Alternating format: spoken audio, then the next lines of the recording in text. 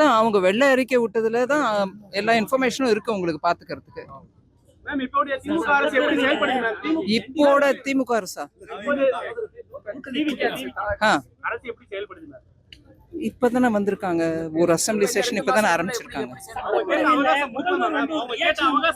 இல்ல ஒரு நிமிஷம் கேளுங்க. எனக்கு ஒரு பாரத நாட்டோட மத்திய அரசுல இருக்கக்கூடிய அமைச்சரா நான் சொல்றேன், தமிழ்நாடு மத்திய அரசோட ஒரு கோஆபரேட்டிவ் மூட்ல போகும் அப்படிங்கிற மாதிரி சொல்லிருக்காங்க. அது ரொம்ப வரவேற்கத்தக்கது. ஏன்னா எந்த ஒரு மாவட்டத்துக்கும் எந்த ஒரு மாநிலத்துக்கும்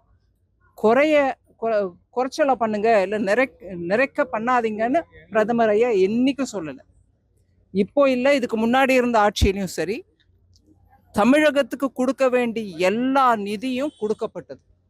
அதை தவிர பெரிய பெரிய ப்ராஜெக்ட் தூத்துக்குடி மாதிரி இடத்துல பெரிய ப்ராஜெக்ட்ஸ்லாம் கூட அப்பவும் எடுத்துட்டு வந்தோம்.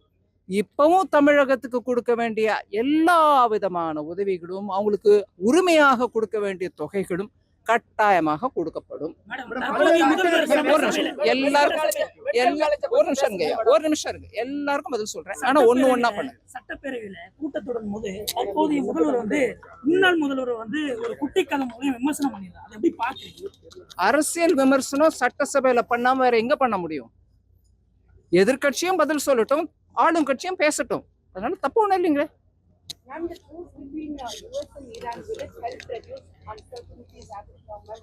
Yes, if the truce will come into play, yes, it will help the uncertainty to be removed. Meaning uncertainty will go away. We can plan with a bit more confidence. Not just us, any country. காஞ்சிபுரத்துல medical college பத்திலாம் இதுவரைக்கும் வரல madam. நிறைய பேர் மருத்துவ கல்விக்காக வந்திருக்காங்க. ஆனா காஞ்சிபுரத்துல என்ன மெடிக்கல் காலேஜ் இல்லாம இருக்கு மேடம். அதுக்கு நீங்க தமிழக அரசு கேட்க சொல்லுங்க. ஏன்னா மத்திய அரசு மூலமாக ஒவ்வொரு மாவட்டத்திலும் மெடிக்கல் காலேஜ் அமைக்கிறதுக்கும் காலேஜோட சேர்த்து ஹாஸ்பிட்டல் அமைக்கிறதுக்கான 3 பட்ஜெட்டுக்கு முன்னாடி நான் கொடுத்துருக்கேன் வாக்குறுதி. எந்த மாவட்டத்தில் வேணும்னாலும் வச்சுக்கோங்க, அந்தந்த மாநிலத்தில் பிளான் பண்ணுங்கன்னு கூட சொல்லியிருக்கோம். ஸோ தமிழக அரசு அதையும் புரிஞ்சுக்கிட்டு அதுக்கேற்ற மாதிரி பிளான் பண்ணிக்கிறோம். பல்வேறு திட்டங்கள் அறிவிக்கிறாங்க. அதனால நிதி சுமை அதிகமாகுது, கடன் ஆகுது. ஒவ்வொரு மாநிலத்தில் அதிமுக ஆட்சியில் 5 லட்சம் கோடியும் 10 லட்சம் 13 லட்சம் கோடியும் போயிருக்கா சொல்றாங்க வெள்ளை அறிக்கையில. இன்னும் கூடுதலா போக போக நாட்கள் ஆண்டுகள் ஆகும், இன்னும் கூடுதலா நிதி ஆகும். ஒரு நிமிஷங்க. ஒரு கடன் வாங்குறோம்னா அதன் மூலமாக ஒரு பொதுமக்களுக்கான சொத்து கட்டி உருவாக்கி அது பொதுமக்களுக்கு கொடுக்கணும். சொத்துனா என்னங்க? ஸ்கூலா இருக்கட்டும், ஹாஸ்பிட்டலா இருக்கட்டும், இல்லை ஒரு தொழில்நுட்பத்திற்காக ஒரு பெரிய நிறுவனமாக இருக்கட்டும், இதெல்லாம் பரம்பரையா இருக்கும். அதாவது இன்னொரு நெக்ஸ்ட் ஒரு 50 வருஷத்துக்கு 60 வருஷத்துக்கு இருக்கும். அந்த சமயத்துல மக்களுக்கு அதுல வேலை வாய்ப்பு கிடைக்கும், இல்லை படிக்கிறதுக்கான வாய்ப்பு கிடைக்கும். அதன் மூலமாக தொழில் அந்த இடத்துல வளரும். இல்லை அதை சுத்தி இருக்கக்கூடிய இடத்துல ஹாஸ்டல்ஸ் கட்டுவாங்க, பிள்ளைங்க வரத்துக்கு போறதுக்கு டிரான்ஸ்போர்ட் பெருகும். இப்படியாக ஒரு சொத்து கிரியேட் பண்ணினா, கடன் வாங்கி கிரியேட் பண்ணா கூட அதன் மூலமாக எக்கானமியில பலதரப்பட்ட தாக்கம், நல்ல தாக்கம், கெட்ட தாக்கம் இல்லை, நல்ல தாக்கம் ஏற்பட்டு அதன் மூலமாக எக்கானமி வளரும். இது எல்லாரும் ஒப்புக்கொள்ளக்கூடிய ஒரு தியரி. அதனால நான் கடன் வாங்கிட்டே போறோமே, கடன் வாங்கி அதன் மூலமா என்ன பண்றோன்றதுதான் விஷயம்.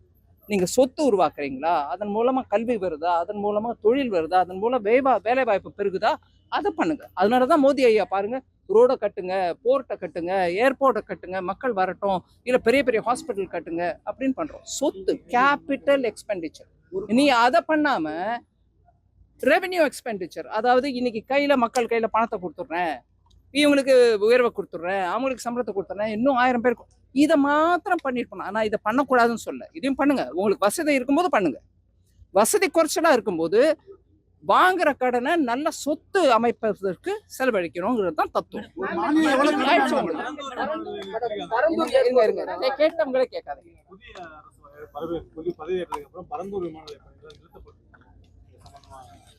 அது அந்த விஷயம் எனக்கு ஃபுல்லா புரிஞ்சுக்கணும். யார் என்ன கேட்கறாங்க, எது வேணாங்கிறாங்கன்றத பார்த்துக்கணும்.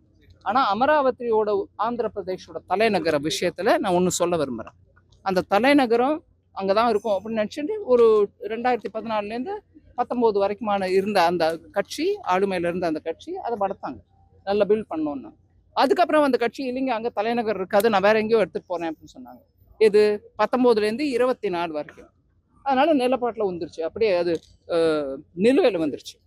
அதுக்கப்புறம் 24 ஆரம்பிச்சு இப்போ திருப்பி இல்லைங்க, அங்கதான் அமராவதியில தான் எங்க கேபிட்டல். அது அவங்க ஒரு நிமிஷம் பதில் முடியல. ஸோ இப்போ அப்படியாக அந்த அமராவதி மாத்தம் அப்போலேருந்தே கட்டி இருந்தா நடந்திருக்கலாம். ஆனா நடுவில் அரசியல் காரணமா அது நிறுத்தப்பட்டது. அந்த மாதிரி எந்த விஷயத்திலையும் கூட எல்லா கட்சிகளும் சேர்ந்து ஒரு பொறுப்போட ஒரு டிசிஷன் எடுத்தாங்கன்னா அதை நம்ம எடுத்துட்டு போகணும். இந்த விஷயத்த எனக்கு முழுமையா விஷயம் தெரியாது, விவரம் தெரியாது, அதனால நான் காமெண்ட் பண்ண விரும்பல. இன்னும் 2 கேள்வி. நான் புதுச்சேரி போனேன்.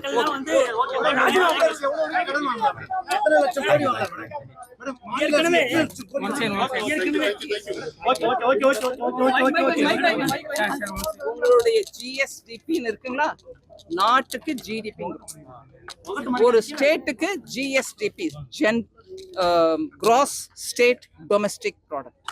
அந்த அமௌண்ட்ல 3% நீங்க கடன் வாங்க. அதுக்கு